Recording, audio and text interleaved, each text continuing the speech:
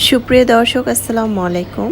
আজকের রেসিপিতে স্বাগতম জানাচ্ছি। আজকে ঝটপট একটি তরকারি রেসিপি নিয়ে চলে আসলাম। প্রথম থেকে শেষ পর্যন্ত ভিডিওটা দেখার পরে ভালো লাগলে অবশ্যই সাবস্ক্রাইব করে লাইক দিয়ে পাশে থাকবেন।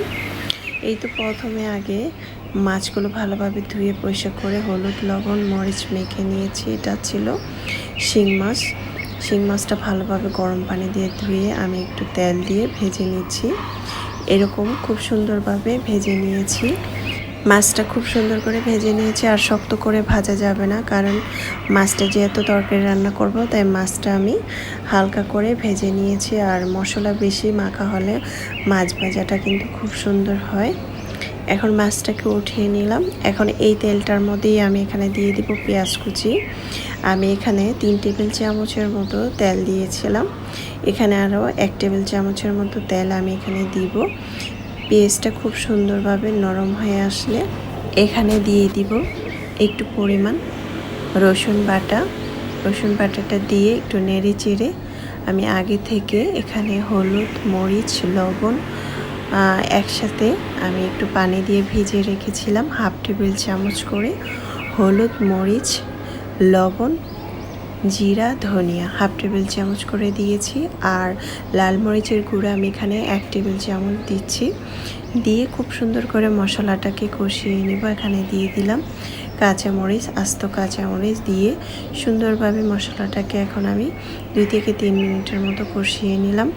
কষানোর পরে আমি এখানে দিয়ে দিব আলু। ছোট ছোট করে পাতলা করে আমি ছোট সাইজের 2টি আলু কেটে নিয়েছি। তারপরে আমি এখানে দিয়ে দিচ্ছি পুঁই শাক। আজকে আমি পুঁই শাক দিয়ে শিং মাছ দিয়ে রান্না করছি। এই তরকারিটা খেতে ভীষণ ভালো লেগেছিল। আপনারা অবশ্যই বাসায় ট্রাই করবেন, খেতে অসম্ভব মজার হয়েছিল। এখন শাকটা দিয়ে আমি একটু নেড়ে চেড়ে ঢাকনা দিয়ে ঢেকে রেখে দেব। ঢাকনা দিয়ে ঢাকার পরে কিন্তু খুব সুন্দরভাবে আমি 5 মিনিট ঢেকে রেখেছিলাম। পানিটা খুব সুন্দরভাবে উঠে গিয়েছে, দেখতে পাচ্ছেন। তরকারিটা কিন্তু একদম পারফেক্টভাবে ঝোলটা হয়েছে আমার, আর পানি দিতে হয়নি। এই পর্যায়ে আমি ভাজা মাছগুলো দিয়ে দিব।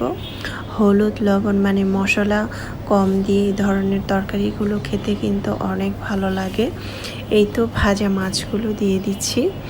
ভাজা মাছগুলো দিয়ে ভালোভাবে সাইড করে তরকারিটা আমি আরও 5 মিনিটের মতো চুলার আঁচটাকে বাড়িয়ে দিয়ে ঝোলটাকে শুকিয়ে নেব।